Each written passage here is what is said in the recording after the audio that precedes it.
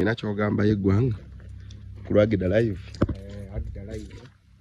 twagala okubatiriza nti omulimu gwe twakola ogw'okuba nti twabaleta egguliro ly'omukasoli w'eggomba we baateekanga buli gwe battanga mu lutalo baamuleetanga ne bakolaki ne bamuwummuliza wano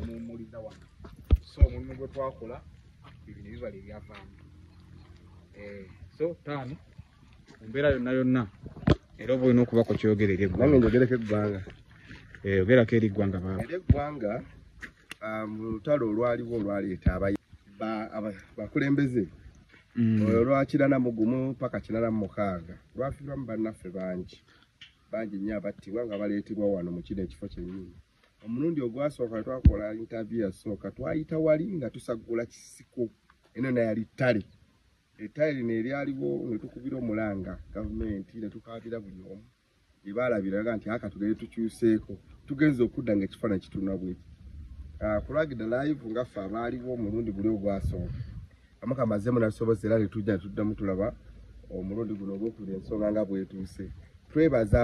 abakiwomyemu omutwe tubeebaza nnyo tubeebaliza ddala olw'omulimu guno omulungi ogw'okujjukira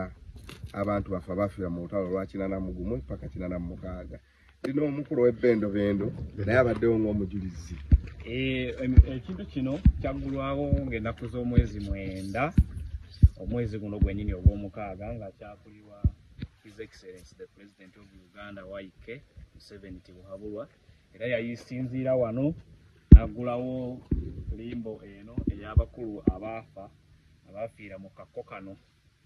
Gwali musaayi gwali gyalinga miranga ku kasozi Mpenja abantu abajjanga abasangibwa nga abayisa abayeekera be battibwa era be baaziikiddwa mu kitiibwa wano we baayitanga ku buwangwa. Mu nnaku nga 2-3 emabega 5 ku 10 myezi 2 kibadde ensiko naye kati obudde buno we wantu awalungi awosobola okuleeta n'abantu ne balambula naye gano gonna amaanyi ga Agida Live eddoboozi ly'eggomba the first online TV in Gomba. Teyanza tujja teyalutumidde ba